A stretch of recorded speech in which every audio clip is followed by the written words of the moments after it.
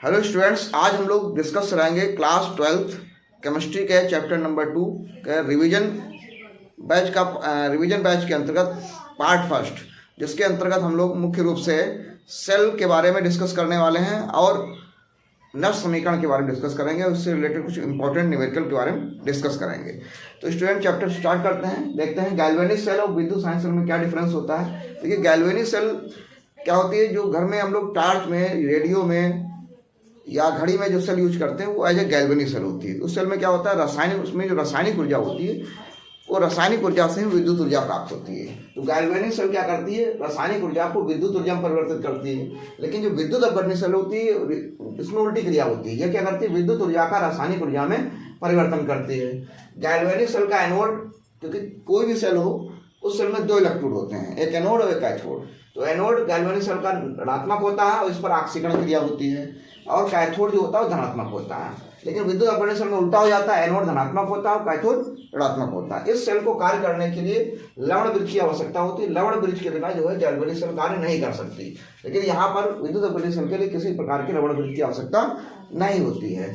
ये सेल जो होती है विद्युत ऊर्जा स्रोत के रूप में कार्य करती है। जैसे हमने बताया अभी, टार्च में जो विद्युत ऊर्जा बल्ब जलता है वो गैल्वेनिक सेल के कारण जलता है। लेग्रांज सेल होती है, टार्च की सेल, घड़ी के सेल, ये विद्युत ऊर्जा स्रोत कार्य करती हैं। लेकिन ये विद्युत अपवर्तनीय सेल होती है, विद्युत ऊर्जा स्रोत कार्य नहीं कर सकती, क्योंकि इनमें विद्युत ऊर्जा का रासायनिक ऊर्जा में परिवर्तन होता है। इसलिए इनका उपयोग धातुओं को निष्कासित करने में, जैसे एल्युमिनियम है, सोडियम, जो अधिक क्रियाशील धातु हैं उन धातुओं को निष्कर्षण करने में, कापर है, सिल्वर है, इनके शोधन करने में, और विद्युत लेपन, जैसे लोहे के ऊपर टिन की या जिंक की परत चढ़ाई जाती है तो विद्युत लेपन में इनका प्रयोग किया जाता है। इसको स्टूडेंट नोट कर लेते हैं। स्टूडेंट्स, अभी हम लोग डिस्कस कर रहे थे गैल्वेनिक सेल और विद्युत अपवर्तनीय सेल में अंतर, और उसी का आगे डिस्कस करेंगे सेल के बारे में, यहाँ पर अर्ध सेल और सेल के बारे में। तो देखिए स्टूडेंट, अर्ध सेल क्या होता है कि जब किसी धातु की क्षण को उसी धातु के लवण के विलयन में डुबोया जाता है तो क्षण विलयन के सापेक्ष ऋणात्मक भी हो सकती है और धनात्मक भी हो सकती है। जैसे जिंक धातु की क्षण विलयन के सापेक्ष ऋणात्मक हो जाती है और कापर धातु की क्षण विलयन के सापेक्ष धनात्मक हो जाती है। तो इस प्रकार से ये एक अर्ध सेल कहलाएगी। और यहाँ पर जो धातु इलेक्ट्रोड होगा उसे धातु को हम इलेक्ट्रोड के नाम से जानते हैं।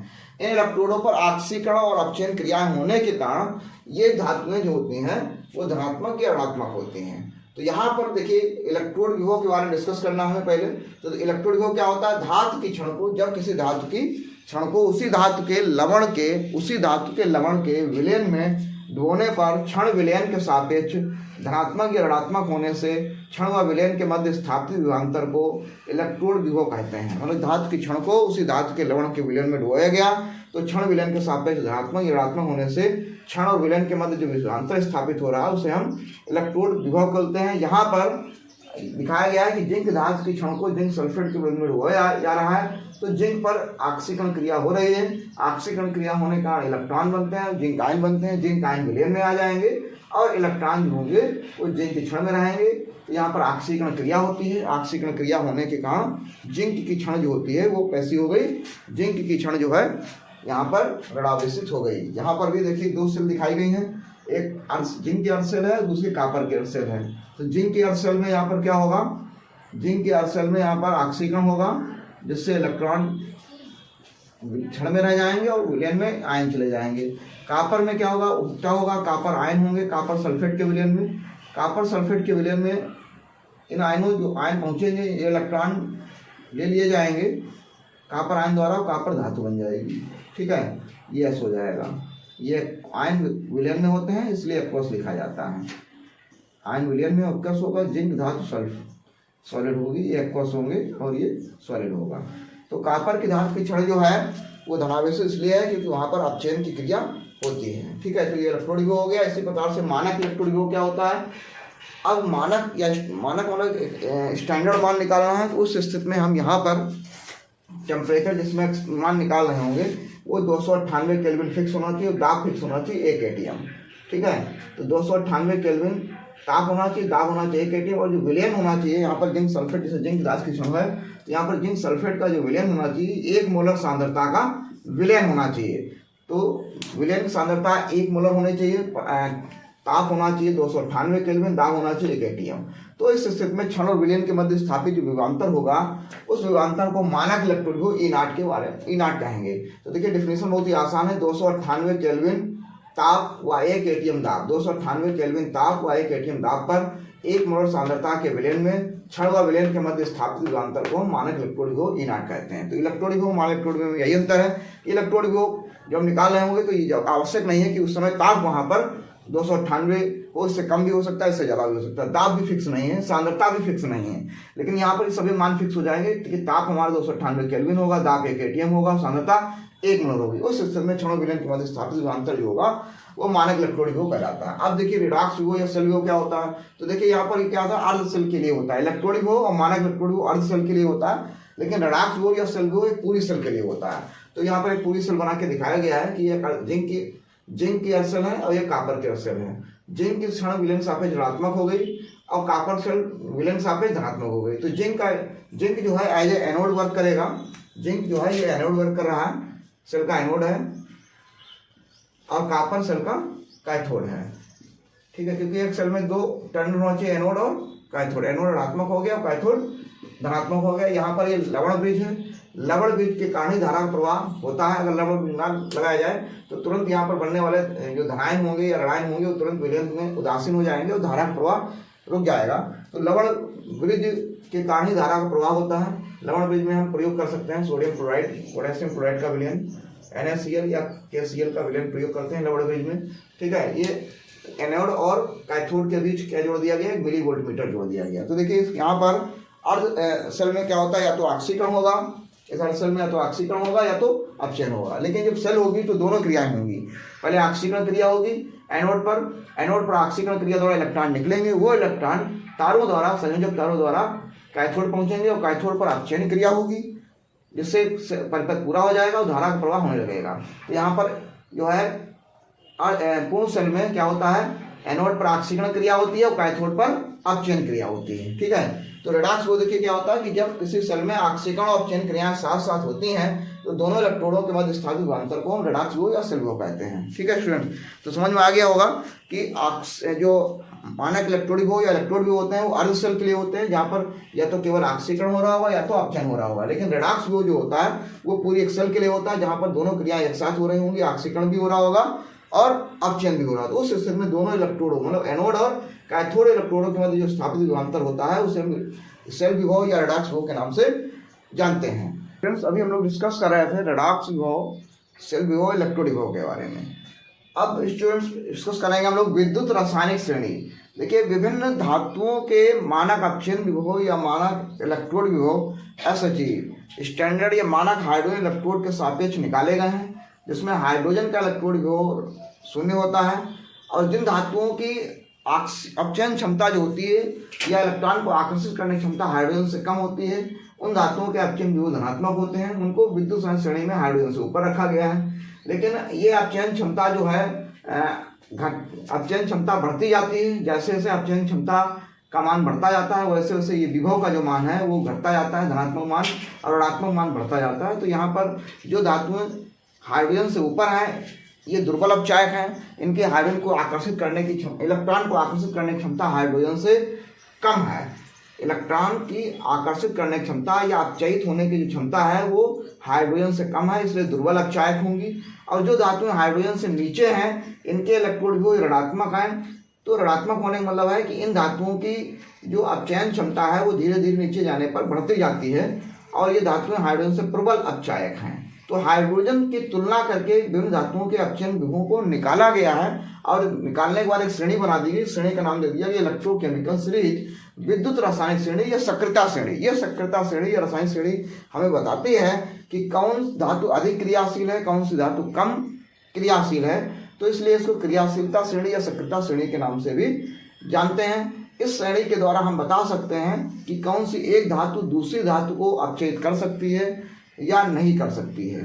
तो देखिए स्टूडेंट्स इस श्रेणी की कुछ विशेषताएं हैं। तो पहली विशेषता यही है कि इस श्रेणी में जो ऑक्सीकरण और अपचयन विभव होते हैं इनके मान बराबर होते हैं, बट इनके चिन्ह जो होते हैं विपरीत होते हैं। जैसे ये कॉपर का देख लेते हैं, कॉपर का अपचयन विभव दिया गया है Cu2+2e तो ये बन गया Cu। तो इसका जो अपचयन विभव है E0 Cu2+/Cu, ये है प्लस में 0.34 वोल्ट। अगर हम इसकी ऑक्सीकरण क्रिया लिखें तो ऑक्सीकरण क्रिया कैसे होगी? ऑक्सीकरण क्रिया होगी Cu gives out Cu2+ + 2E। तो यहाँ पर ऑक्सीकरण क्रिया हो गई, तो यहाँ पर ऑक्सीकरण विभव जब लिखेंगे तो E0 Cu/Cu2+, तो ये जो है प्लस, अपचयन विभव प्लस में था तो ऑक्सीकरण विभव माइनस हो जाएगा, -0.34 वोल्ट। तो कहने का मतलब है कि विद्युत सारणी श्रेणी में ऑक्सीकरण विभव और अपचयन विभव के मान बराबर होते हैं, लेकिन उनके चिन्ह विपरीत होते हैं। लेकिन जो हाइड्रोजन है, हाइड्रोजन का अपचयन विभव और ऑक्सीकरण विभव दोनों ही शून्य होते हैं और इसी के सापेक्ष इलेक्ट्रॉन विभव निकाले गए हैं। जिन धातुओं की अपचयन क्षमता कम होती है वे उन धातुओं के इलेक्ट्रॉन विभव जो होते हैं ऋणात्मक होते हैं, जिनकी अपचयन क्षमता हाइड्रोजन से ज्यादा है उनके इलेक्ट्रॉन विभव ऋणात्मक होते हैं। जैसे हम जिंक की बात कर लेते हैं तो जिंक का अपचयन विभव ऋणात्मक होने का मतलब है कि जिंक की अपचयन क्षमता जो है हाइड्रोजन से ज्यादा है, ये ज्यादा क्रियाशील धातु है हाइड्रोजन से, और कॉपर हाइड्रोजन से कम क्रियाशील धातु है। तो पहला जो है उपयोग, पहला विशेषता यही है विद्युत सारणी श्रेणी की, ऑक्सीकरण विभव अपचयन विभव के मान बराबर होते हैं। दूसरी विशेषता क्या होगी कि हाइड्रोजन से ऊपर की धातुएं, हाइड्रोजन से ऊपर की धातुओं के अपचयन विभव ऋणात्मक, अपचयन विभव धनात्मक होने के कारण हाइड्रोजन के ऊपर की धातु के अपचयन विभव का मान धनात्मक होने से ये क्या होंगे? दुर्बल अपचायक। क्या होंगी? दुर्बल अपचायक होंगी। दुर्बल अपचायक व कम क्रियाशील, व कम क्रियाशील। ठीक है। तीसरा पॉइंट क्या होगा? हाइड्रोजन से नीचे की धातुएं, हाइड्रोजन से नीचे की धातु के मानक इलेक्ट्रॉन विभव अपचयन विभव का मान चिन्ह ऋणात्मक होता है, तो इसलिए प्रबल अपचायक ये क्या होंगी? प्रबल अपचायक होंगी। क्या होंगी? प्रबल अपचायक व अधिक क्रियाशील, व अधिक क्रियाशील धातु होंगी, क्रियाशील धातु होंगी। ठीक है। तो बताया गया है कि इस श्रेणी में अपचयन विभव को धनात्मक से ऋणात्मक की ओर दिखाया गया है। तो जो ऊपर की धातुएं हैं हाइड्रोजन से अधिक क्रियाशील हैं और नीचे की धातुएं कम क्रियाशील हैं। तो ये धातुओं की सक्रियता श्रेणी में धातुओं की रासायनिक सक्रियता ऊपर से नीचे की ओर बढ़ती है, ऊपर से नीचे की ओर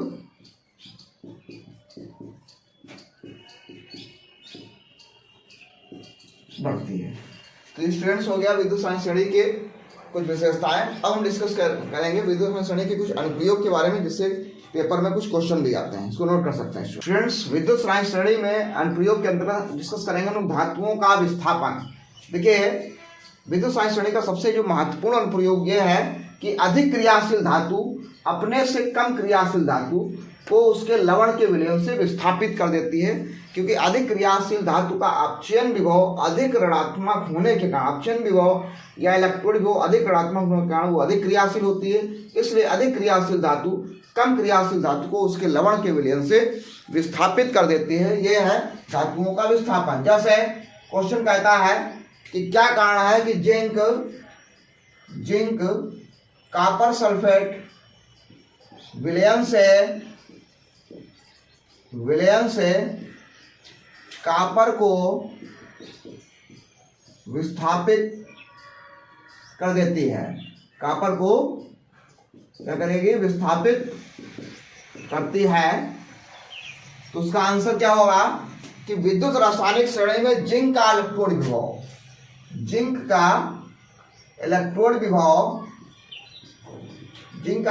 विभव कॉपर की तुलना में अधिक ऋणात्मक है, कॉपर की तुलना में ऋणात्मक होता है।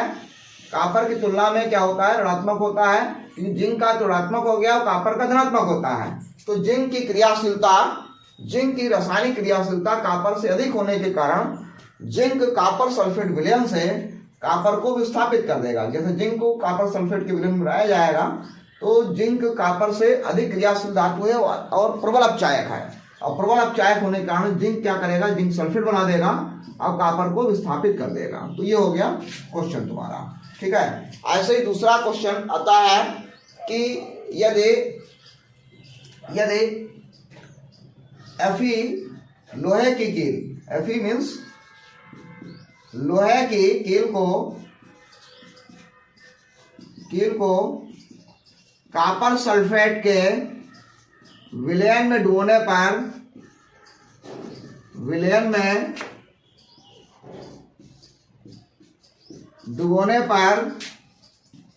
विलयन का नीला रंग गायब हो जाता है। विलयन का नीला रंग गायब हो जाता है, डिसअपियर हो जाएगा।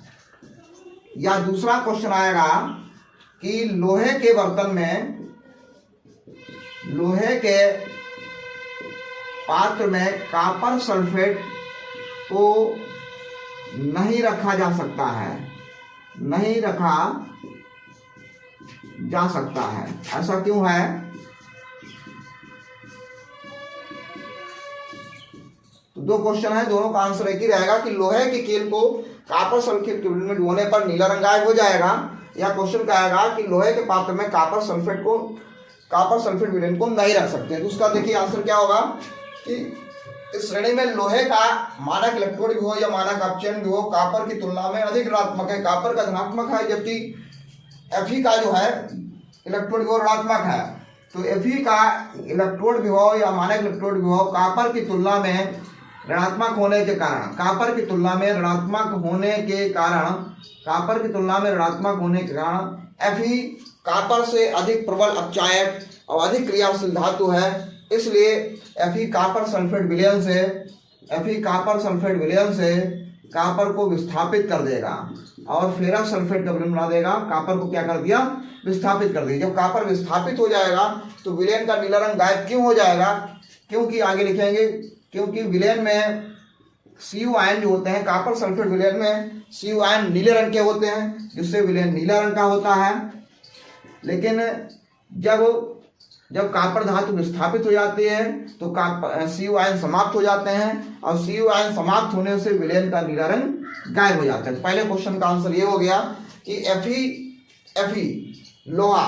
लोहे का मानक इलेक्ट्रोड विभव या मानक अपचयन विभव कॉपर से ऋणात्मक होने के कारण लोहा कॉपर की तुलना में प्रबल अपचायक और अधिक क्रियाशील धातु है, इसलिए लोहा कॉपर सल्फेट विलयन से कॉपर को विस्थापित कर देगा। तथा कॉपर सल्फेट विलयन में कॉपर आयन नीले रंग के होते हैं, जिससे विलयन का रंग नीला होता है। लेकिन जैसे ही लोहा मिलाया जाएगा या लोहे की कील डाली जाएगी तो लोहा कॉपर को विस्थापित कर देता है, जिससे कॉपर आयन समाप्त हो जाते हैं, विलयन का नीला रंग गायब हो जाता है। ये पहले क्वेश्चन का आंसर है। दूसरे क्वेश्चन में लोहे के पात्र में कॉपर सल्फेट विलयन को नहीं रखा जा सकता, इसका भी आंसर यही है कि लोहे Fe की मानक इलेक्ट्रोड विभव Fe का कॉपर से अधिक ऋणात्मक होने का कारण ये Fe अधिक प्रबल अपचायक व अधिक क्रियाशील धातु है, इसलिए कॉपर सल्फेट विलयन को लोहे के पात्र में रखने पर कॉपर मुक्त हो जाएगी, इसलिए कॉपर सल्फेट विलयन को हम लोहे के बर्तन में नहीं रख सकते हैं। ठीक है, अगला क्वेश्चन है कि कॉपर जिंक सल्फेट विलयन से जिंक को विस्थापित नहीं करता है। यह क्रिया संभव नहीं है, जिंक को विस्थापित नहीं करता है। क्यों? कॉपर जिंक सल्फेट विलयन से जिंक को विस्थापित नहीं करता है, क्यों? क्योंकि कॉपर का इलेक्ट्रोड विभव धनात्मक होता है, इलेक्ट्रोड विभव धनात्मक है कॉपर का, जबकि जिंक का कैसा है, ऋणात्मक है। जिंक का इलेक्ट्रोड विभव कैसा, ऋणात्मक है। तो जिंक कॉपर से अधिक क्रियाशील धातु है, जिंक कॉपर से अधिक क्रियाशील धातु होने के कारण कॉपर जिंक सल्फेट विलयन से जिंक को विस्थापित नहीं कर सकता है, इसलिए यह क्रिया संभव नहीं है। ये इसका पहला अनुप्रयोग स्टूडेंट नोट कर लीजिए, ये पेपर में आया हुआ है 2024 क्वेश्चन, इंपॉर्टेंट क्वेश्चन है। फिर आगे डिस्कस करते हैं हम लोग। स्टूडेंट्स, हम लोग डिस्कस कर रहे हैं विद्युत चुंबकीय श्रेणी के अनुप्रयोग। जिसमें दूसरा अनुप्रयोग है तनु अम्लों से हाइड्रोजन का विस्थापन। देखिए स्टूडेंट्स, जो विद्युत साइंस श्रेणी में हाइड्रोजन है, हाइड्रोजन से अधिक क्रियाशील धातुएं जो हैं वो श्रेणी में नीचे रखी गई हैं, इनके इलेक्ट्रॉन भी ऋणात्मक हैं और ये हाइड्रोजन से अधिक क्रियाशील होने के कारण ये तनु अम्लों से हाइड्रोजन को विस्थापित कर देती हैं। लेकिन जो कम क्रियाशील धातु हैं जैसे कॉपर है, सिल्वर है, ये हाइड्रोजन से कम क्रियाशील धातु हैं, इसलिए ये अम्लों से हाइड्रोजन को विस्थापित नहीं कर सकती। जैसे अगर हम H2SO4 या HCl तनु अवस्था में ले लें, डाइल्यूट HCl ले लें, डाइल्यूट H2SO4 ले लें और इनकी क्रिया हम कराएं जिंक से या Fe से, या जिंक से कराएं, Fe से कराएं, Cr से कराएं, ठीक है, Mg से कराएं, इन धातुओं से कराएं, तो ये सभी जो है हाइड्रोजन को मुक्त कर देंगी, ये सभी धातुएं हाइड्रोजन को मुक्त कर देंगी। लेकिन अगर हम H2SO4 है तनु या HCl है तनु और उसकी क्रिया कराएं कॉपर से या सिल्वर से, मरकरी से, गोल्ड से, तो ये हाइड्रोजन को स्थापित नहीं करेंगी, ये हाइड्रोजन को स्थापित नहीं करेंगी क्योंकि इनकी रासायनिक क्रियाशीलता या इनका अपचयन वो हाइड्रोजन से धनात्मक है या हाइड्रोजन से कम क्रियाशील धातु हैं।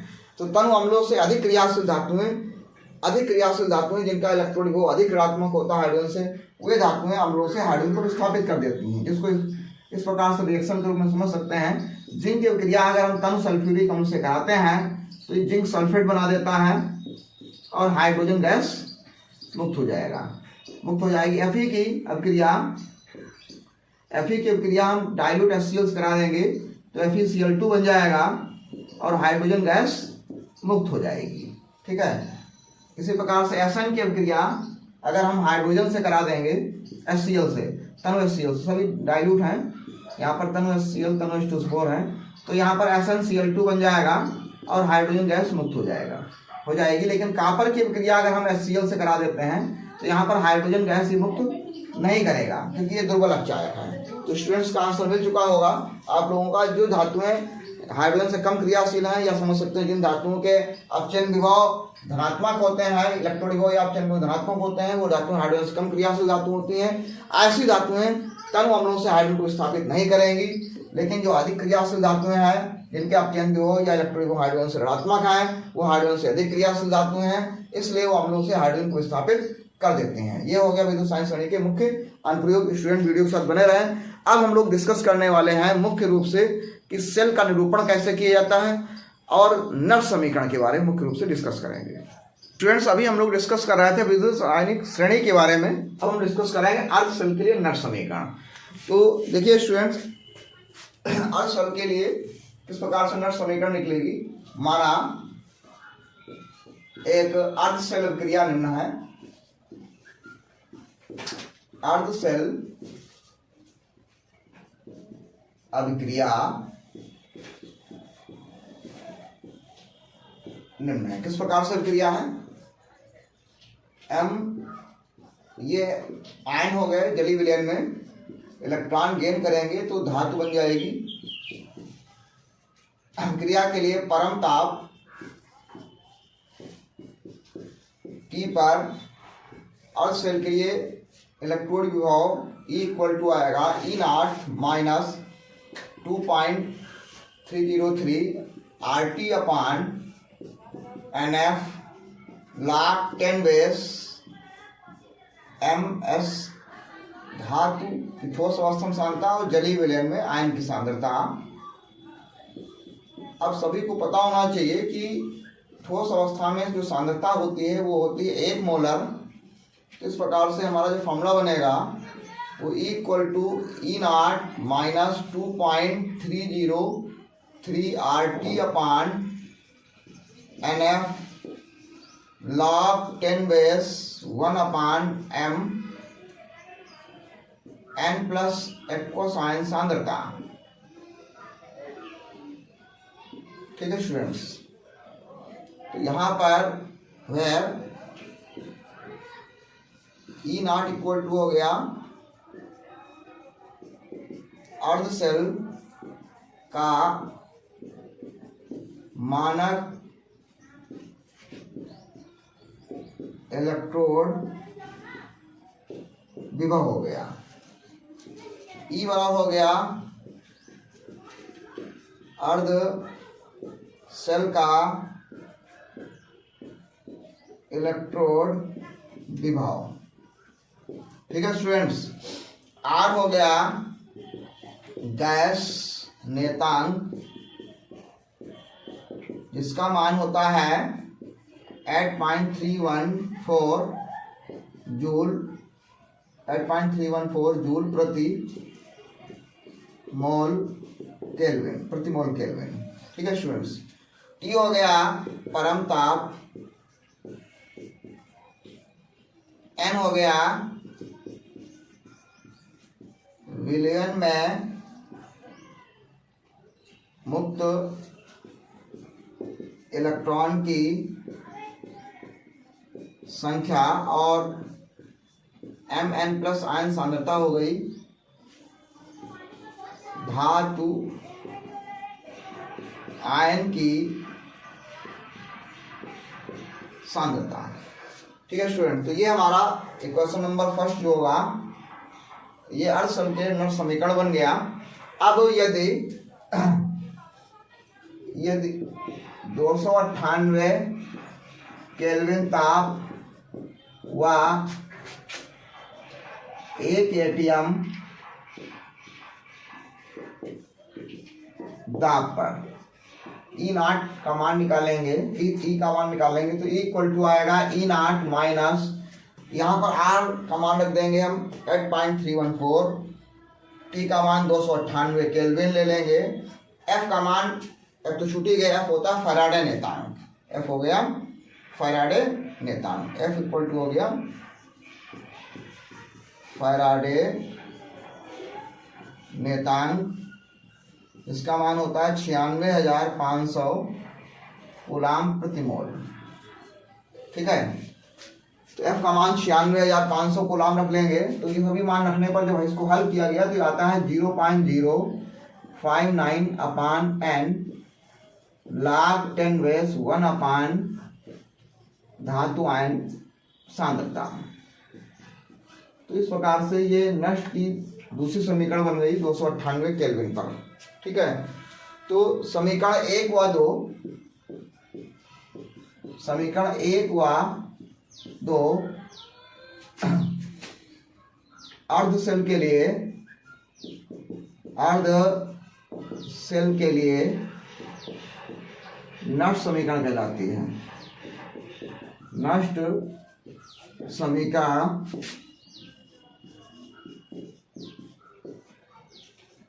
कहलाती है। तो स्टूडेंट इतना समझ में आ गया होगा। अब इसको हम उदाहरण के द्वारा समझते हैं। जैसे मान लिया हमारे पास एक धातु इलेक्ट्रोड है जिंक आयन है जिनकी सांद्रता है मान लिया 0.01 मोलर।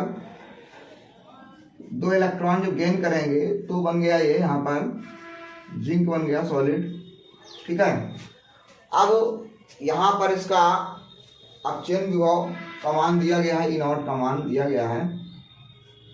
यहाँ पर ई Zn2 प्लस ऑब्लिक Zn है -0.76 वोल्ट।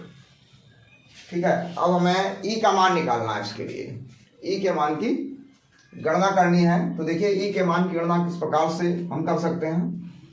यहाँ पर ई इक्वल टू फॉर्मूला है ई नॉट। ई नॉट का मान हो गया यहाँ पर इस इलेक्ट्रोड के लिए, या ऐसे फॉर्मूला लिख लो तो पहले E naught Zn2 plus oblique Zn -0.059 upon 2 electron transfer upon 2 log 10⁻1 upon zinc ion सांद्रता। ठीक है। फॉर्मूला बन गया। तो यहाँ पर आ जाएगा इसका इलेक्ट्रोड अपचयन विभव दिया गया है -0.76 -0.059 upon 2 log 10⁻1 upon zinc ion सांद्रता हो गई 0.01 पॉइंट हटा देंगे, 2 जीरो बढ़ जाएंगे। तो ये हो जाएगा 100 को हम लोग हल कर सकते हैं। अगर log 10⁻100 है तो इसको लिख लेंगे log 10⁻10⁻2 तो आ जाएगा 2 log 10⁻10 तो हो जाएगा 2, log 10 का मान 1 होता है तो ये 2 आ जाएगा। तो -0.76 माइनस 0.059 अपॉन 2 और इनटू ये हो जाएगा 2 से 2 कट जाएगा तो बचेगा यहाँ पर -0.76 माइनस 0.059। इनको जोड़ दिया जाए तो ये 9 हो जाएगा और 6 और 5 11 हाथ से लगा, 1 हो जाएगा 7 1 8 माइनस में 0.76 वोल्ट।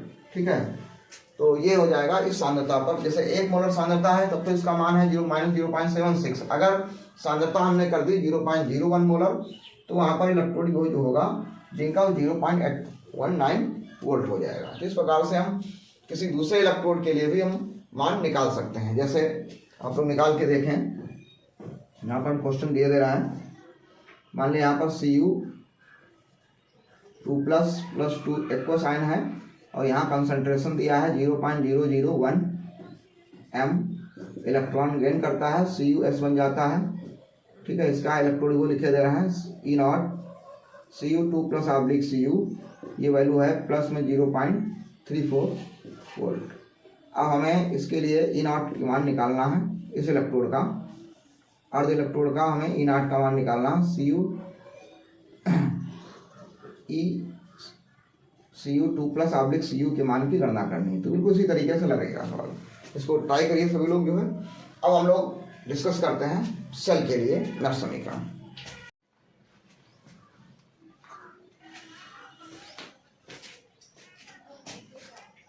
स्टूडेंट्स, अब हम लोग डिस्कस करेंगे गैल्वेनी सेल का निरूपण व मानक सेल विभव की गणना। तो देखिए स्टूडेंट, गैल्वेनी जो सेल होती है इसके दो भाग होते हैं। एक अर्ध सेल होती है जिस पर ऑक्सीकरण क्रिया होती है जिसे हम एनोड बोलेंगे, दूसरा अर्ध सेल होती है जिसमें अपचयन क्रिया होती है जिसे हम कैथोड बोलते हैं। एनोड का जो हिस्सा होता है वो सेल में बाईं ओर होता है सदैव, और कैथोड का हिस्सा जो होता है वो सदैव दाईं ओर होता है। एनोड ऋण टर्मिनल होता है गैल्वेनी सेल का, और कैथोड जो होता है वो धन टर्मिनल होता है। तो यहाँ पर देखिए जो एनोड है इसमें जो धातु है, ठोस अवस्था में धातु है, इस ठोस अवस्था में धातु से क्या प्राप्त हो रहा है, धातु आयन प्राप्त हो रहे हैं विलयन में। यहाँ पर धातु आयन विलयन में प्राप्त होंगे जिससे इलेक्ट्रॉन निकलेंगे, इसलिए ये क्रिया जो होगी ऑक्सीकरण क्रिया होगी, ऑक्सीडेशन मीन्स ऑक्सीकरण क्रिया होगी। दूसरी धातु जो विलयन में पहले से उपलब्ध थी, विलयन में पहले से ही थी, अब ये धातु क्या करेगी, एनोड से आने वाले इलेक्ट्रॉनों को ग्रहण करेगी। धातु आयन इसके एनोड से आने वाले इलेक्ट्रॉनों को ग्रहण करेंगे और ये ठोस धातु में परिवर्तित हो जाएगी। M2S होगा यहाँ पर, ठोस धातु में परिवर्तित हो जाएगी। Ni लिखा जाएगा यहाँ पर, Ni इलेक्ट्रॉन निकलेंगे तो Ni इलेक्ट्रॉन गेन किए जाएंगे, 2 ना होकर Ni इलेक्ट्रॉन गेन किए जाएंगे और ये ठोस धातु बन जाएगी यहाँ पर इस प्रकार से। तो यहाँ पर ये जो प्रोसेस हुआ रिडक्शन का प्रोसेस हो गया। तो कह सकते हैं कि एनोड पर ऑक्सीकरण क्रिया होती है और अधिक क्रियाशील धातु होती है, और कैथोड पर उससे कम क्रियाशील धातु है, इसलिए वहाँ पर अपचयन की क्रिया होती है। तो ये पूरी अर्ध सेल का निरूपण हो गया जिसमें 2 क्रियाएं होती हैं। एनोड पर ध्यान रखें सभी लोग कि धातु से धातु आयन बनेंगे इसलिए ऑक्सीकरण क्रिया होगी, यहाँ पर आयन से धातु बनेगी इसलिए ये अपचयन की क्रिया होती है। तो एनोड पर ऑक्सीकरण और कैथोड पर अपचयन क्रिया होती है। अब यहाँ पर इसका ई सेल निकालेंगे तो ई सेल नॉट जो होगा वो कैथोड के इलेक्ट्रॉन विभव के एनोड के इलेक्ट्रॉन विभव से घटा दिया जाएगा। तो इसे लिखा जाता है E naught cathode minus E naught anode, कह सकते हैं ई नॉट एनोड, या लिखा जा सकता है ये हिस्सा लेफ्ट होता है ये हिस्सा राइट होता है, तो हम राइट से इलेक्ट्रॉन विभव को, लेफ्ट के इलेक्ट्रॉन विभव को घटा सकते हैं। E R minus E L, E R का मतलब होता है राइट टू लेफ्ट। उसे एनोड क्या है, ये हमारा लेफ्ट है, लेफ्ट हैंड साइड है, और ये हमारा राइट हैंड साइड है। ठीक है, तो राइट टू लेफ्ट को हम घटा देंगे तब भी हमारा ई सेल का मान आ जाएगा। अब इसको उदाहरण के द्वारा हम लोग समझेंगे। एक उदाहरण लेते हैं यहाँ पर, Zn 2+ Zn सॉलिड है, पहले तो एनोड होगा सॉलिड है, आर्बिक Zn 2+ बनेगा एक्वस में। फिर सेकेंड सेल होगी तो Cu आयन होंगे एक्वस में और उससे बन जाएगा Cu सॉलिड। ठीक है स्टूडेंट, तो देखिए यहाँ पर क्या प्रोसेस होगा। यहाँ पर ये हिस्सा हमारा एनोड हो गया निगेटिव, ये एनोड होगा, और Cu वाला हिस्सा क्या होगा, ये पॉजिटिव होगा, मीन्स कैथोड होगा। ठीक है, अब यहाँ पर हमें मान दिए गए हैं, मान लिया E0 Zn 2 plus oblique Zn का मान दिया है -0.76 वोल्ट, और E0 Cu2 plus oblique Cu का मान दिया है +0.34 वोल्ट। ठीक है स्टूडेंट्स, और हमें यहाँ पर डिटरमाइन करना है E0 सेल, पूरे सेल के विभव की गणना हमें करनी है। तो देखिए स्टूडेंट, कितने आसानी से न्यूमेरिकल लग जाएगा, थोड़ा सा ध्यान से समझने का प्रयास करें सभी लोग। तो सबसे पहले देखते हैं एनोड पर क्या हो रहा है, ऑक्सीकरण क्रिया हो रही है। एनोड पर ऑक्सीकरण क्रिया हो रही है, कैथोड पर अपचयन की क्रिया हो रही है। ठीक है, और हमें इस सेल का मान निकालना है। तो इस सेल निकालने का तरीका हमने बताया हुआ है कि ई सेल नॉट बड़ा होगा ई कैथोड माइनस ई एनोड। तो कैथोड पर कौन सा इलेक्ट्रोड है, कॉपर इलेक्ट्रोड है, तो E0 Cu2 plus oblique Cu, और एनोड पर कौन सा है, जिंक इलेक्ट्रोड है, तो हो जाएगा E0 minus Zn2 plus oblique Zn। ठीक है, अब दोनों के यहाँ पर मान रख दिए जाएंगे। तो Cu2 प्लस ऑब्लिक Cu का मान दिया है प्लस में 0.34 वोल्ट, तो plus 0.34 volt, minus E0 Zn का मान हो गया -0.76, तो ये माइनस से हो जाएगा प्लस हो जाएगा, तो 0.34 और माइनस माइनस प्लस 0.76। तो इसको हल करेंगे तो ये आ जाएगा 7 4 11 हो जाएगा, 6 4 10, 7 3 10 11, तो 1.10 वोल्ट पॉजिटिव, इसलिए ये क्रिया भी संभव हो जाएगी। ठीक है, ऐसे ही मान लिया एक दूसरा एग्जाम्पल है, इसको आप लोग लड़ के देखें। दो एग्जाम्पल दे रहे हैं आप लोगों को। एक है Fe का, Fe2 plus FeS oblique Fe aqueous 2 ion, फिर हो गया Cu2 plus ion aqueous oblique Cu solid. ये हिस्सा हमारा एनोड हो गया, ये हिस्सा हमारा कैथोड हो गया।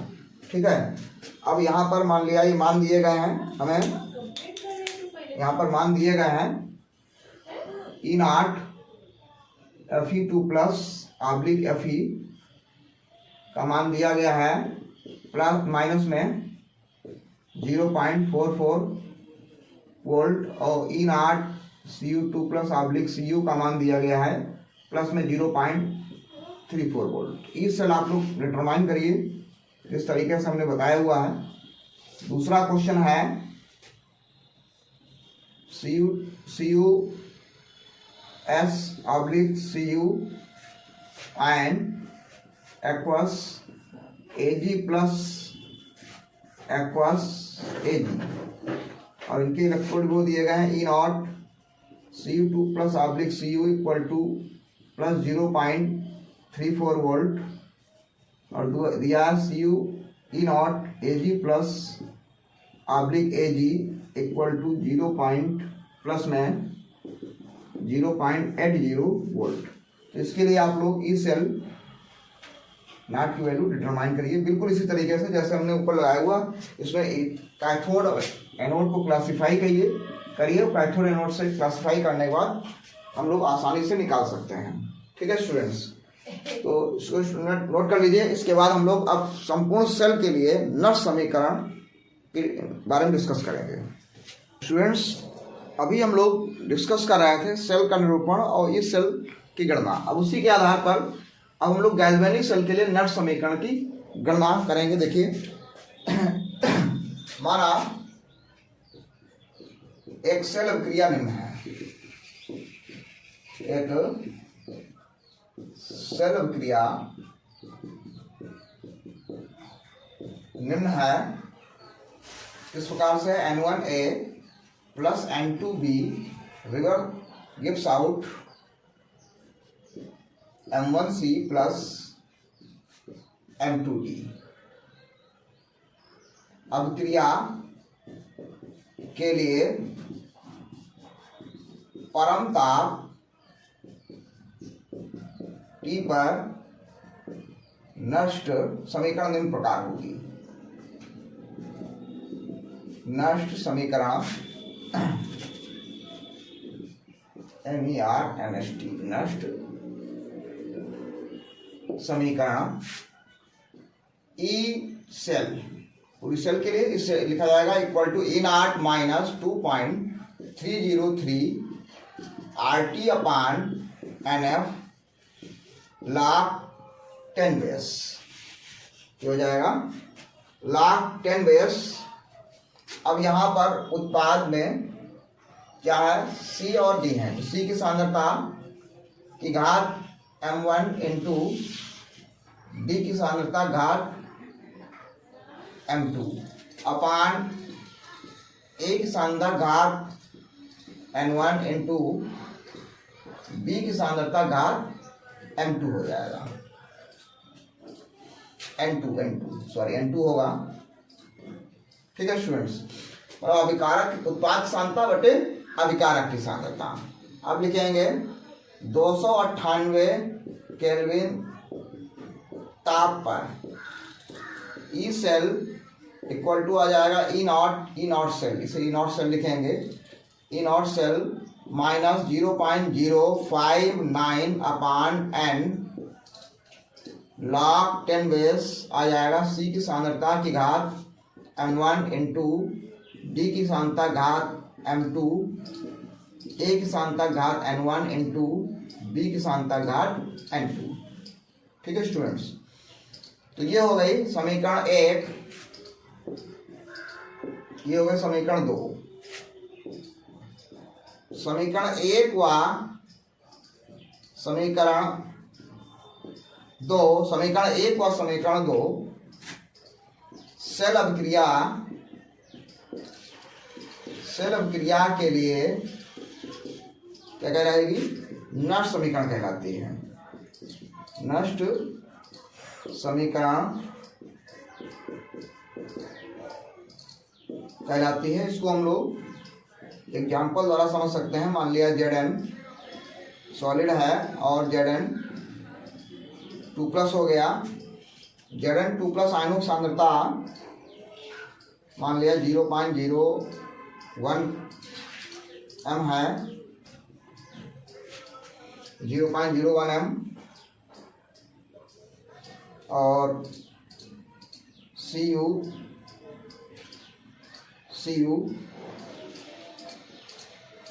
2+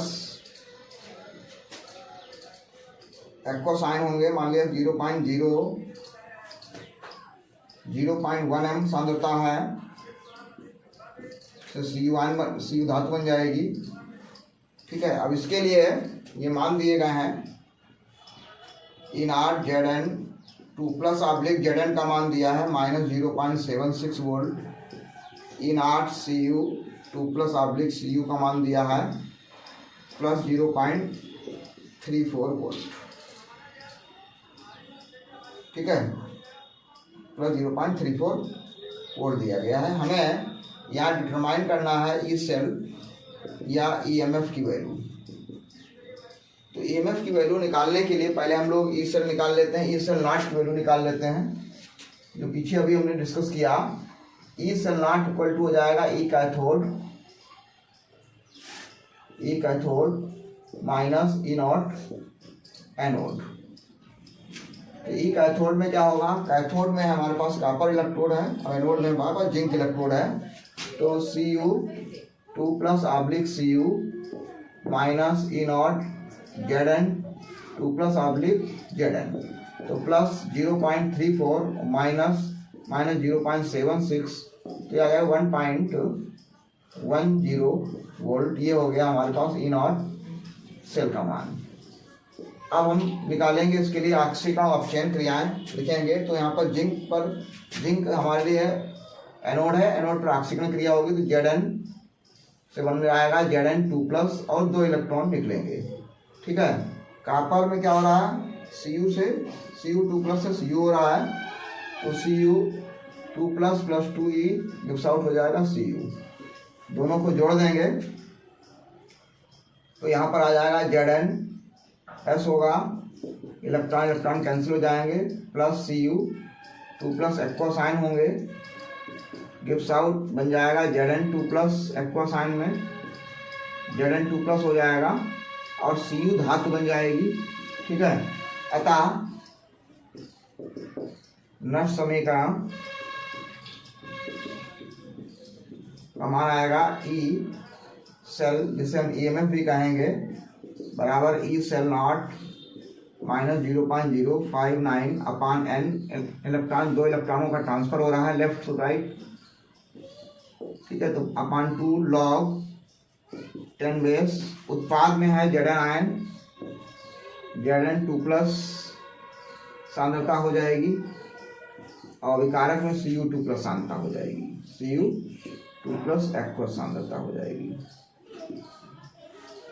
ठीक है, तो यहाँ पर हम लोग ले लेते हैं 0.01 और इसकी सांद्रता को ले लेते हैं 0.0001 m। ठीक है स्टूडेंट्स, तो देखते हैं अब यहाँ पर EMF निकालना है। तो इस सेल का मान कितना हो गया, 1.10 minus 0.059 upon 2 log 10 base Zn ion सांद्रता हो गई हमारे पास 0.01 और Cu 2 प्लस सांद्रता हो गई 0.0001। तो 1 2 3 4, यहाँ 1 2 है, 2 0 बढ़ा देंगे, कैंसिल हो जाएंगे, 1 2 3 4, 1 2 3 4, हाँ log 100 हो जाएगा। अभी हम लोग पीछे बताया था कि log 100 अगर है तो 100 को लिखेंगे log, लिख सकते हैं log 10 की पावर 2, 2 आगे आ जाएगा, 2 log 10 बेस 10, जिसको लिख सकते हैं log 2।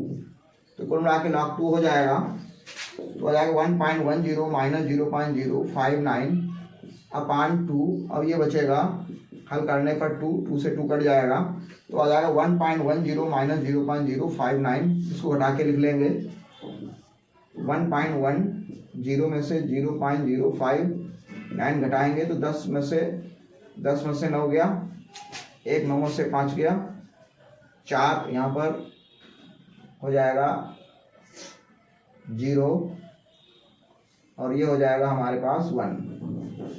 ठीक है स्टूडेंट्स, 10 में से 9 गया 1, 10 में से 9 गया 1, यहाँ बचेंगे 9, 9 में से 5 गया 4, यहाँ हो गया 0, 0 में से 0 गया 0, 1.0, ये आ जाएगा 1.041। ठीक है students, volt.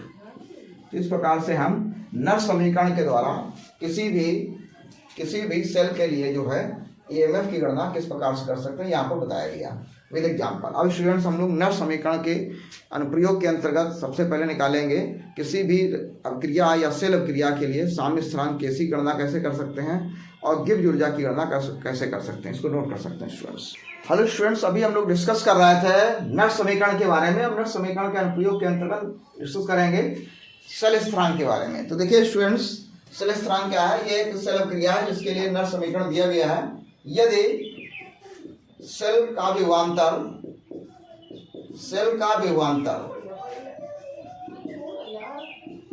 E cell equal to 0 हो तो साम्य पर सेल अभिक्रिया निम्न होगी। कैसे होगी, N1A plus M2B, reversible arrow M1C plus M2D, अतः साम्य स्थिरांक Kc बराबर C की सांद्रता घात M1, D की सांद्रता घात M2, A की सांद्रता घात N1, D की सांद्रता M2। ठीक है स्टूडेंट्स, अब लिखेंगे अतः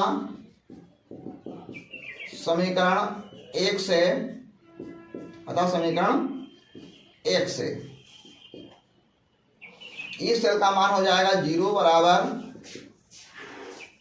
ई cell naught minus 2.303 RT upon NF log 10 base C शांता इंटू डी शांता अपान ए शांता इंटू बी शांता। इसको हम क्या लिख सकते हैं, केसी लिख सकते हैं। तो log 10 बेस केसी आ जाएगा। अतः यहां पर मान आएगा ई सेल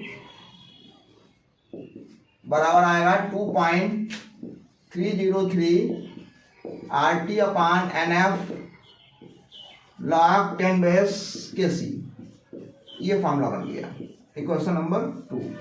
ये जो है साम्य नर समीकरण की सहायता से हम लोग साम्य स्थान केसी की गणना कर सकते हैं। और इसको हल करना चाहते हैं तो हो जाएगा ई सेल नॉट बराबर 0.059 अपान n log 10 बेस केसी। इसको हल करेंगे तो n इधर आ जाएगा, n ई सेल नॉट बराबर 0.059 log 10 बेस केसी। ये मान इधर ले लेंगे तो आ जाएगा log 10 बेस केसी बराबर n ई सेल नॉट माइन अपान 0.059। अतः केसी बराबर NT log n E cell naught upon 0.059। इस फॉर्मूले के द्वारा हम साम्य स्थान केसी की गणना कर सकते हैं। इसको स्टूडेंट नोट कर लीजिए। फिर हम लोग इसका दूसरा प्रयोग पढ़ते हैं गिब्स ऊर्जा के बारे में। स्टूडेंट्स अभी हम लोग डिस्कस कर रहे थे नर समीकरण द्वारा साम्य स्थान की गणना। अब उसी के आधार पर हम लोग गिब्स ऊर्जा परिवर्तन के बारे में डिस्कस करेंगे। देखिए गिब्स ऊर्जा क्या होती है, जब कोई भी सेल, बैटरी है या सेल है, उसका हम उपयोग करते हैं तो उपयोग करने पर उसकी जो कार्य क्षमता होती है वो कम होती है, उसकी ऊर्जा जो होती है वो घटती जाती है। तो जब किसी सेल का उपयोग किया जा रहा होगा तो सेल के उपयोग करने पर सेल की ऊर्जा में होने वाली जो कमी होती है, सेल की ऊर्जा में होने वाली कमी जो होती है, उस कमी को हम गिब्स ऊर्जा परिवर्तन या गिब्स ऊर्जा के नाम से जानते हैं। किसी गैल्वेनी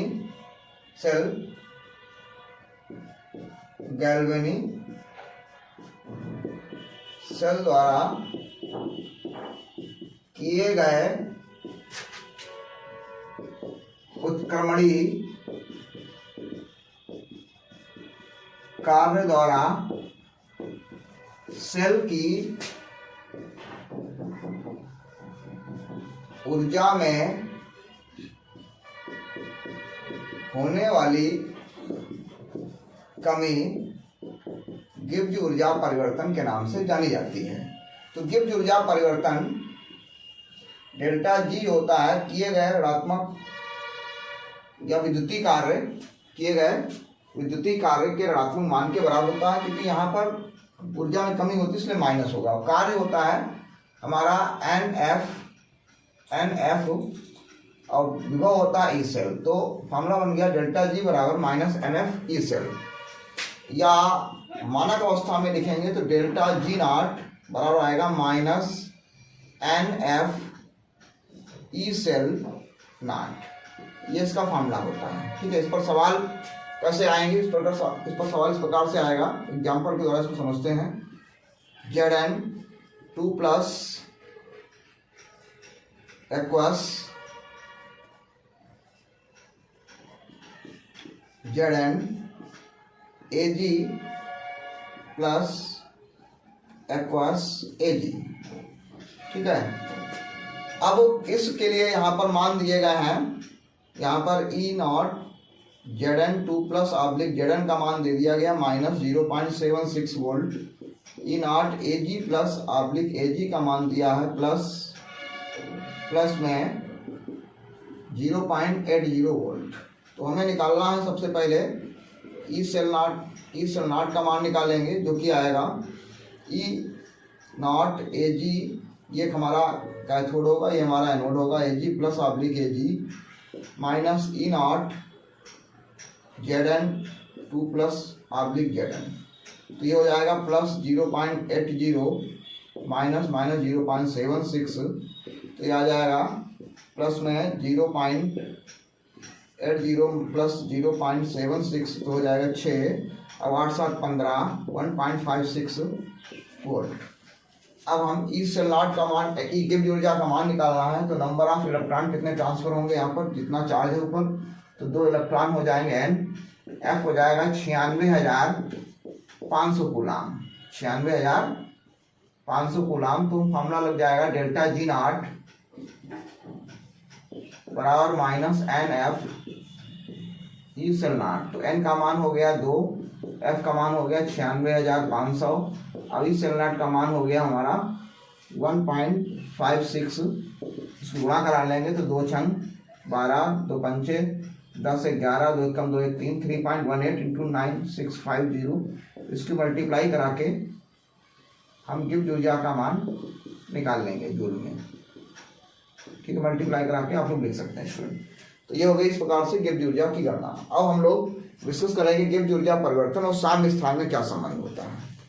स्टूडेंट्स, अभी हम लोगों ने डिस्कस किया गिब्स ऊर्जा परिवर्तन के बारे में। अब हम लोग डिस्कस करेंगे गिब्स ऊर्जा परिवर्तन और साम्य स्थान केसी में क्या रिलेशनशिप होता है नट समीकरण की सहायता से। तो देखिए स्टूडेंट्स, अभी हम लोगों ने नट समीकरण पढ़ी थी साम्य स्थान के लिए। तो वहां पर फॉर्मूला आया था ई सेल नॉट बराबर 2.303 RT upon NF log 10 base KC। और गिब्स ऊर्जा परिवर्तन डेल्टा जी नॉट बराबर होता है minus NF E cell naught.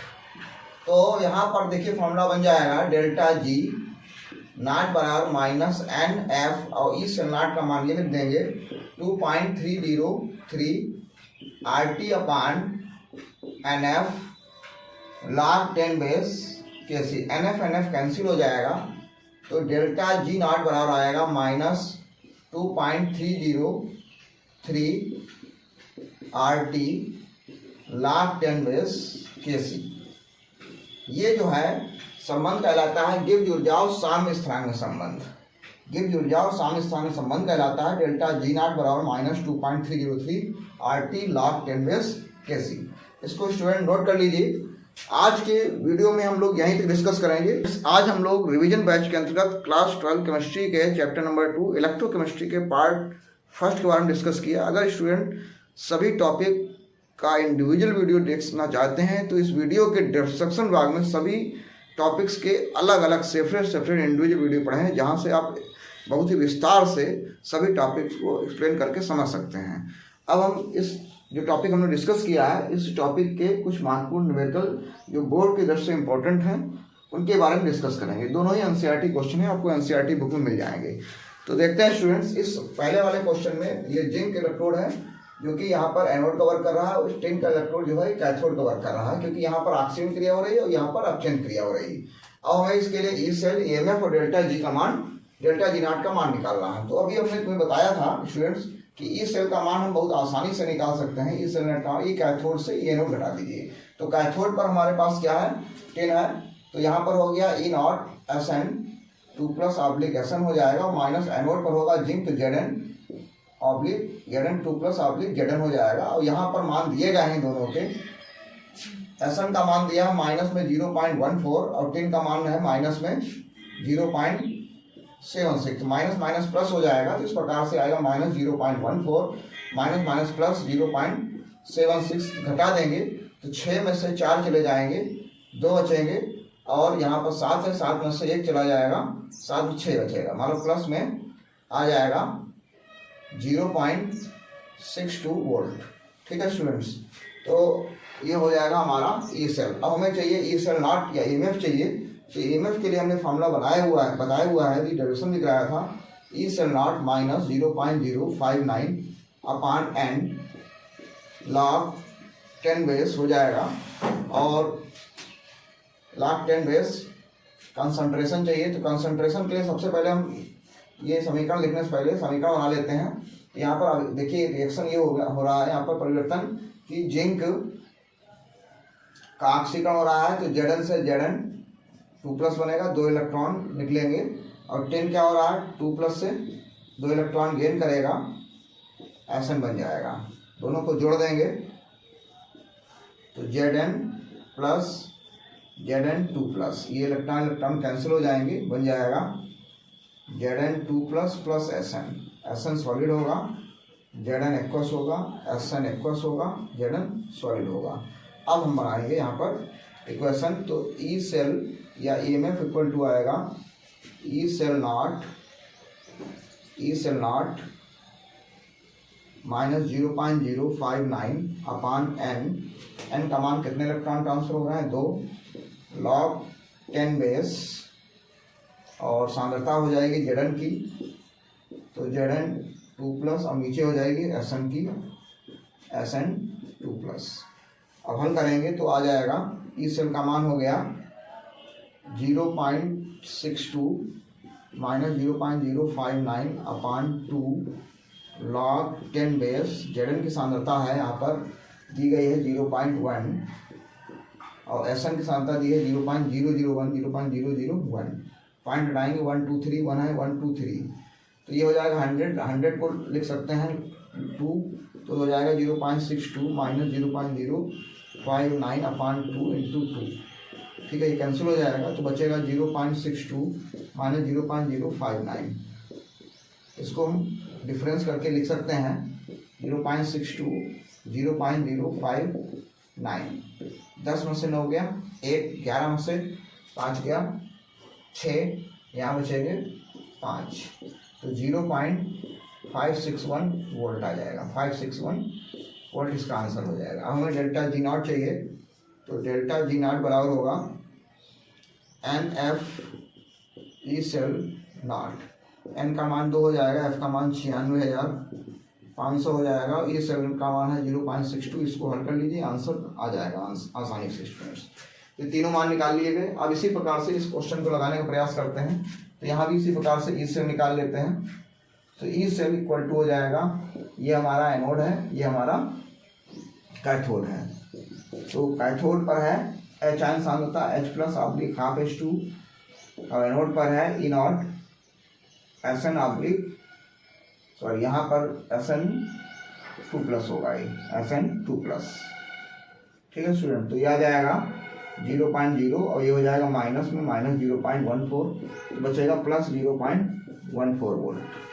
ये ई सेल का मान हो गया, ई सेल का मान आ गया प्लस 0.14 वोल्ट हो जाएगा। अब हमें चाहिए इक्वेशन बनाना है, तो देखिए यहाँ पर Sn से क्या हो रहा है, Sn2+ बनेगा और 2 इलेक्ट्रॉन रिमूव हो गए।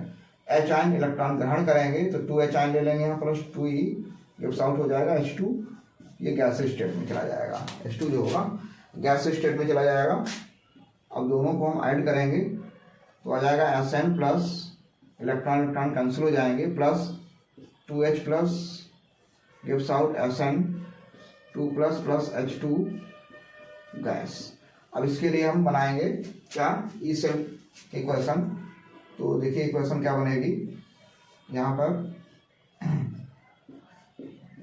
ई सेल या EMF भी बोल सकते हैं इसे, E cell naught minus 0.059 upon 2 electron transfer होंगे log 10 बेस, यहाँ पर है उत्पाद में Sn, तो Sn2+ आयन सांद्रता इंटू P H2 गैस है तो PH2 लिखा जाएगा, नीचे हो जाएगा H आयन सांद्रता, लेकिन यहाँ H आयन 2 है तो H आयन सांद्रता का स्क्वायर हो जाएगा।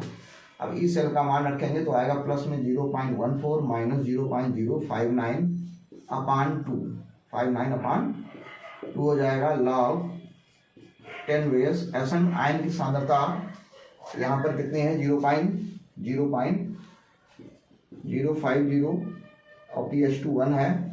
H आयन सांद्रता कितनी है, 0.020 इंटू 0.020, 2 बार करेंगे तो स्क्वायर है, तो 1 2 3 1 2 3 ये पॉइंट हट जाएंगे, ये पॉइंट हटाएंगे तो 3 0 बढ़ जाएंगे, 0 से 0 कैंसिल हो जाएगा, 0 से 0 कैंसिल हो जाएगा। ठीक है,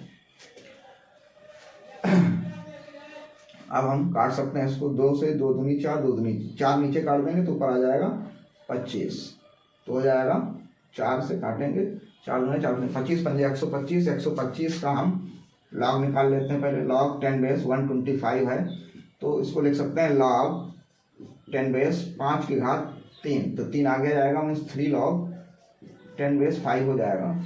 ठीक है, तो यहाँ पर जब इसको हल करेंगे तो 0.14 माइनस 0.059 अपान 2 और ये हो जाएगा 3 log 10 बेस 5।